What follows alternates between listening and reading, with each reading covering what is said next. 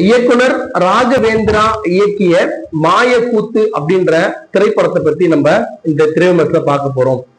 ஒரு வித்தியாசமான கதைக்களத்தை எடுத்து முயற்சி பண்ணியிருக்கிறாரு. உண்மையாக ஒரு புது முயற்சி தான். ஒரு தொடர்கதை எழுதும் தொடர்கள் எழுதும், அதாவது பத்திரிகையில தொடர்கள் எழுதும் ஒரு ஹீரோ. அவர் வந்து பேர் வந்து நாகராஜ கண்ணன்.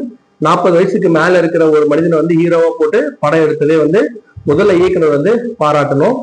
அந்த கதையை மட்டும் நம்பி படம் எடுத்தனால இந்த கதையின் நாயகன் வந்து இந்த படத்துக்கு வந்து மிகவும் பொருத்தமா இருக்கிறாரு. அவர் தான் இந்த எழுத்தாளர். இந்த எழுத்தாளர் என்ன பண்றாரு, தொடர்கதைகள் எழுதுறாரு. பத்திரிகைகளுக்கு அழிந்து போயிருக்கும் இந்த தொடர்கதைகளை வந்து அவரு எப்படின்னா உயிர்ப்பிக்கணும், நல்லா மறுபடியும் வந்து மக்கள் மத்தியில வந்து நல்லா பிரபலப்படுத்தணும் அப்படின்னு சொல்லிட்டு அவருடைய விருப்பத்துக்கு ஏற்ற மாதிரி இந்த தொடர்கதைகளை எழுதுறாரு. மக்கள் வந்து ஒரு நெகட்டிவிட்டியை தான் விரும்புவாங்க அப்படின்னு சொல்லிட்டு ஒரு 3 கதை எழுதி தொடர்கதையா வெளியிட்டு இருக்கிறாரு.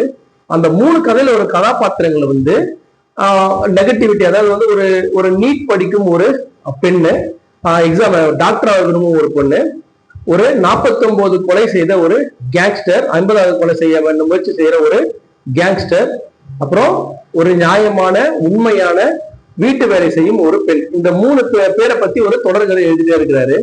அந்த தொடர்கதையில 3மே ஒரு முக்கியமான பாயிண்ட்ல ஆஃப் ஆகுது. அந்த நீட் படிக்கிற அந்த பொண்ணு வந்து கிட்டத்தட்ட தற்கொலை பண்ணிக்கிற மாதிரி ஒரு ஸ்டேஜ் வந்து கதையை ஆஃப் பண்றாரு. தற்கொலை பண்ணிச்சா பண்ணலையா அப்படின்ற மாதிரி ஒரு ஸ்டேஜ் வந்து அன்றைய வார்த்தை வந்து ஆஃப் பண்றாரு. அந்த 49 கொலைகள் செய்த அந்த இன்னொரு கதை சொன்ன இல்லையா, அவருடைய அந்த கதாபாத்திரம் வந்து 50வது கொலை செய்வாரா செய்ய மாட்டாரா, இல்லைன்னா அவருக்கே அந்த ஸ்கெட்ச் போடுற மாதிரி அந்த 49 கொலை செய்த அந்த கெட்ட அந்த தாதா வந்து கொலை செய்ய அந்த கும்பல்லே ஒரு கூட்டத்தை உருவாக்கி வச்சிருப்பாரு இந்த கதை எழுதுறவரு.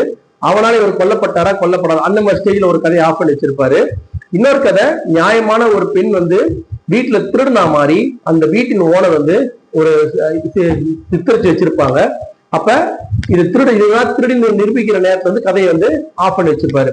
இந்த மாதிரி ஸ்டேஜ்ல எல்லாருமே வந்து அடுத்த வாரம் என்ன கதை வந்து எதிர்பார்த்து காத்துட்டு இருப்பாங்க அப்படின்னு வந்து வெயிட் பண்ணிட்டு இருக்கும் போது இந்த 3 கதையை சேர்ந்த கதாபாத்திரங்களும் உயிரோட வந்து இவர் வீட்லயே வந்து கதவை தட்டி, நீ ஏன் எங்களை வந்து இந்த மாதிரி சித்தரிக்கிற, நான் நல்லவதானே, என்ன இவ்வளவு நேர்மையா நீ வந்து சித்தரிச்சு திருடி மாதிரி காட்டுறியே, அந்த பொண்ணோட அதாவது திருடின அந்த பொண்ணோட ஓனர்கிட்ட திருடின மாதிரி நீ காட்டக்கூடாது அப்படின்னு அந்த பொண்ணு வாதாடுற மாதிரியும், அந்த திருட்டை சுமத்த வேண்டிய பொண்ணு வந்து இல்ல இவர் திருடினால் நான் நிரூபிக்கணும், இவர் ரொம்ப திமிர் பிடிச்சிருக்கிறா அப்படின்னு சொல்லி என்ன இவர் திருடினதை கன்ஃபார்ம் பண்ணி தான் எழுதணும் அப்படின்ற மாதிரி அந்த அவங்க விருப்பத்துக்கு ஏற்ற மாதிரி ஒரு கதையை சொல்லி வந்து நிர்பந்திக்கிறாங்க. உண்மையா வந்துடுறாங்க, அந்த கதாபாத்திரம் உண்மையா வந்துடுறாங்க. இவர் முதல்ல இது கற்பனை நினைக்கிறாரு. ஆனா போக போக பார்த்தா இந்த சூழல் வந்து ஒரு மாட்டிக்கிறாரு. இந்த 3 கதையில் உள்ள பாத்திரங்களும் வந்து 3 கதையில ஒரு கதாபாத்திரங்கள் எல்லாமே ஒண்ணு கூடி இவரை வந்து பழிவாங்க நினைக்கிறாங்க. அவரோட இவங்களோட தேவைக்கு ஏற்ற மாதிரி ஒரு கதையை மாற்றி எழுத வைக்க ட்ரை பண்றாங்க. ஆனா இவரு உண்மையான ஒரு தொடர்கதை எழுத்தாளர். அதனால வந்து அந்த இதுவை ஏமாற்றக்கூடாது அப்படின்னு சொல்லி அவர் விருப்பத்துக்கு அந்த கதையை எழுத முயற்சி பண்றாரு. அது முடிஞ்ச அளவுக்கு சரியா எழுதி இவங்க 3 பேரையும் வந்து இந்த 3 கதையை சேர்ந்த கதையை நல்ல சுமூகமா முடிக்கிறாரா இல்லையா அப்படின்றத இந்த படத்தினுடைய மீதி கதை. படம் வந்து கதை வந்து வித்தியாசமான கதை, அதுல எந்த மாற்று கருத்தும் கிடையாது. இந்த கமர்ஷியல் படம் விரும்புற எல்லாருக்குமே வந்து அவ்வளவு சீக்கிரம் இந்த படம் வந்து புரியறது கொஞ்சம் கஷ்டம். கொஞ்சம் டீப்பா நீங்க வந்து இந்த படத்தை உட்காந்து பார்க்கணும். ஒரு காட்சி அமைப்பும் வந்து பிரமாதமா எடுத்திருக்கிறாங்க.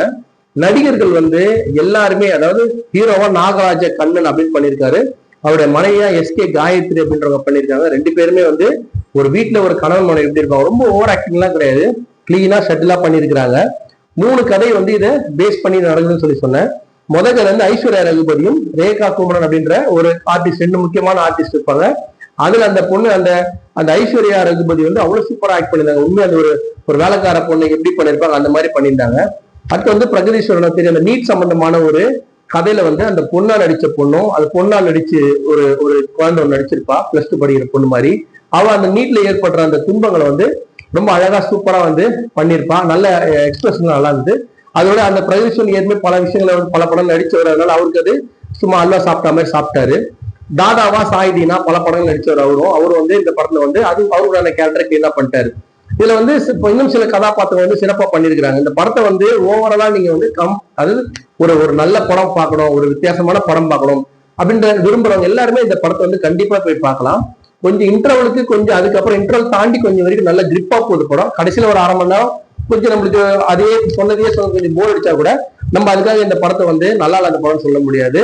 இது வந்து வித்தியாசமான படம் பார்க்குறவங்களுக்கு மோர் தென் ஆவரேஜ் ஃபிலிமா இருக்கு. இந்த படத்துல டெல்லி கணேஷ் கடைசியா நடிச்சிருந்தாரு, அவரும் வந்து நல்லபடியா பண்ணியிருந்தாரு. இசை வந்து அஞ்சனா ராஜகோபால் அப்படின்ற ஒரு லேடி பண்ணியிருந்தாங்க. சினிகோடாவர் சுந்தர் ராமகிருஷ்ணன் அப்படின்ற எடிட்டர் வந்து ராமச்சந்திரன் அப்படின்னு பண்ணியிருந்தாரு. எல்லாருமே அவங்க சிறப்பா பண்ணியிருந்தாங்க. இந்த படத்தை வந்து கண்டிப்பா நீங்க ஒரு வித்தியாசமான படம் பார்க்க விரும்புறவங்க கண்டிப்பா போய் ஒரு தடவை பார்க்கலாம். மற்றபடி வந்து இந்த ஃபேமிலியோட போய் பார்க்கணும், நார்மல் பிக்சர் பார்க்கறவங்களாம் இந்த படம் வந்து எடுப்படாது. இந்த படம் வந்து ஒரு வித்தியாசமான முயற்சி. அந்த வித்தியாசமான படம் பார்க்க விரும்புறவங்க மட்டும் போய் கண்டிப்பா இந்த படத்தை பார்த்து என்ஜாய் பண்ணுங்க.